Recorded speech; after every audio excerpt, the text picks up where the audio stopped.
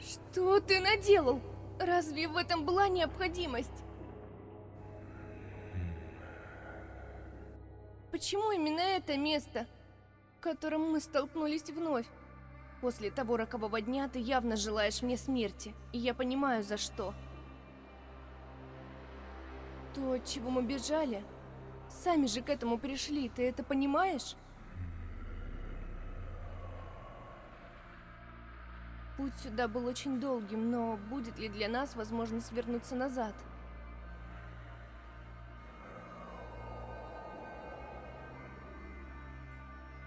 Мне стыдно за прошлое, но и ты переступил черту. Так ради чего же? Зверь. Что? Что? Для чего? Почему? Что я наделал? Ради чего? Понимаю ли я?